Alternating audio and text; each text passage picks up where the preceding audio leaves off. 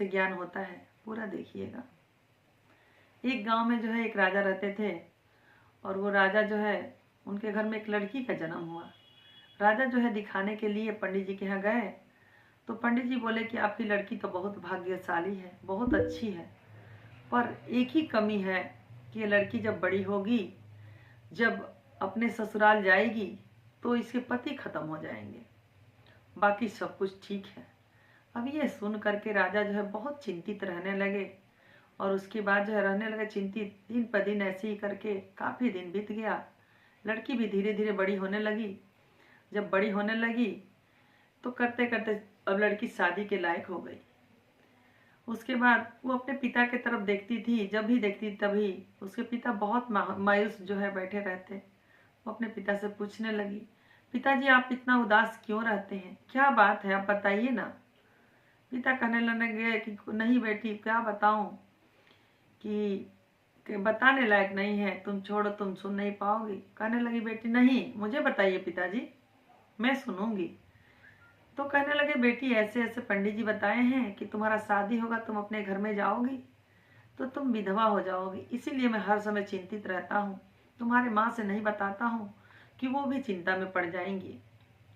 लड़की कहने लगी ठीक है पिताजी, ऐसा है, समय आने पर मैं आपको बताऊंगी कि आप जो है वर देखिए, क्योंकि थोड़ा सा मुझे भी समझने में टाइम लगेगा।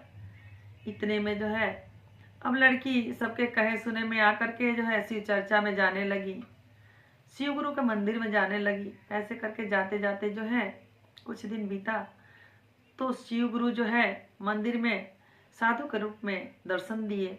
जब दर्शन दिए तो लड़की देख करके बहुत ही खुश हुई, और सर पे जो है पल्लू वो चुन्नी रख करके और शिव गुरु के चरण पकड़ ली।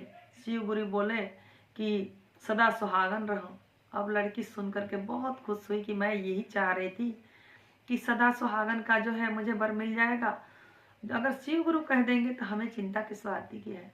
घर पे आई, खुशी से कहने लगी पिताजी अब जो है आप वर देखिए, पर एक ही काम कीजिएगा, जिस घर में वर देखिएगा तो आप जो है यही कहिएगा कि मेरा एक शर्त यही है कि मेरी बेटी जो है कहीं शिव चर्चा होगा तो वहां जाएगी, और उससे आप लोग मत रोकिएगा। पिताजी ये शर्त जरूर रखिएगा, बाकी आप देखिए जिस घर में करेंगे उस घर में मैं चली जाऊंगी। पिताजी जो है वर ढूंढने लगे, ढूंढते ढूंढते एक गांव में गए, तो वहां वर तो मिल गए, वो भी एकलौता लड़का मिल गया। तो वहां लड़की के पिताजी कहने लगे कि देखिए हमारी लड़की का एक ही शर्त है, पूजा पाठ में बहुत भक्ति भाव रखती है, तो इसलिए जो है वो शिव चर्चा में जाती है और आपके घर पे आएगी, तो आप जो है एक ही चीज कीजिएगा, बस और कुछ नहीं चाहिए, जितना धन दौलत कहेंगे सब कुछ दूंगा, पर लड़की हमारी शिव चर्चा में कहीं जाएगी तो आप रोकेंगे नहीं, चाहे वो नई नवेली हो तो क्या है। सास सुनी तो बहुत खुश हुई, कहीं की ये तो बहुत अच्छी बात है, क्योंकि जो है मेरे घर में बहू जो है इतनी अच्छी आएगी कि पूजा पाठ में भक्ति भाव में जो है अपना दिलचस्पी रखेंगी। कहने लगी ठीक है, हमें मंजूर है। ये कह करके शादी तय हो गया, और शादी का जो है सब कुछ दिन रखा गया, बारात गया, शादी हुआ। उधर से लड़की का विदाई हो जाता है। लड़की आती है तो गांव में जो है जैसे अपने ससुराल के गांव में आती है वैसे ही जो है कहीं से चर्चा होता रहता है, तो वो सुन करके जो है आवाज करने लगती है कि वो शिव चर्चा हो रहा है, मुझे जाना चाहिए। तो अब आई और कुछ देर तक ले मुंह अपना दिखाया गया, फिर अपने सास से धीरे से कान में कहती है कि माँ जी मैं आपसे, मेरे पिताजी कुछ शर्त रखे थे। बोले हाँ बोलो। तो आपके गांव में शिव चर्चा हो रहा है, मुझे ले चलिए।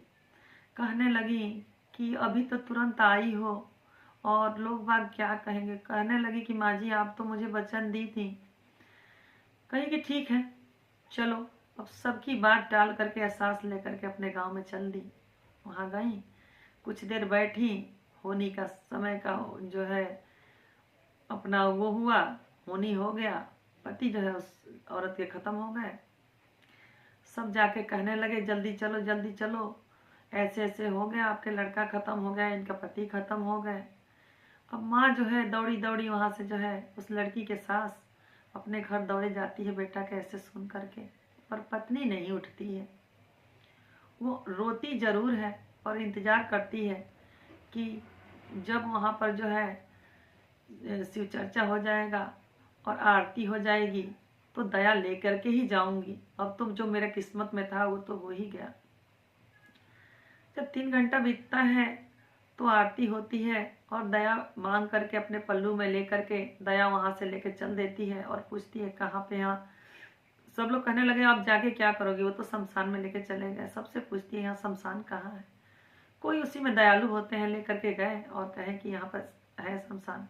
वहाँ गई, जा करके देखी, अपना रोई और रो करके शिव गुरु से क्या कहती है, दिहनी आशीषिया गुरु जी रही सोहागिनी, पड़ते सेंदुरवा विधवा बनावेनी राम, चढ़ला चौकवा विधवा बनावेनी राम, दिहनी आशीषिया गुरु जी रही सोहागिनी, पड़ते सेंदुरवा विधवा बनावेनी राम, सिर के सेंदुरवा गुरु जी धूमिलो न भइले हो, माथा के टिकुलिया गुरु जी धूमिलो न भइले हो, ए शिव गुरु चढ़ते चौकवा विधवा बनावेनी राम, ए शिव गुरु चढ़ले चौकवा विधवा बनावेनी राम, हाथ के मेहदिया गुरु जी धूमिलो न भइले हो, हाथ के चूड़िया गुरु जी धूमिलो न भइले हो, ए शिव गुरु चढ़ले चौकवा विधवा बनावेनी राम, पायर के महावर गुरु जी धूमिलो न भइले हो, पाव के महावर गुरु जी धूमिलो न भइले हो, ये शिव गुरु चढ़ले चौकवा विधवा बनावेनी राम, ये शिव गुरु चढ़ले चौकवा विधवा बनावेनी राम, सिर के चुनरिया गुरु जी धूमिलो न भइले हो, सिर के चुनरिया गुरु जी धूमिलो न भइले हो, शिव गुरु चढ़ले चौकवा विधवा बनावेनी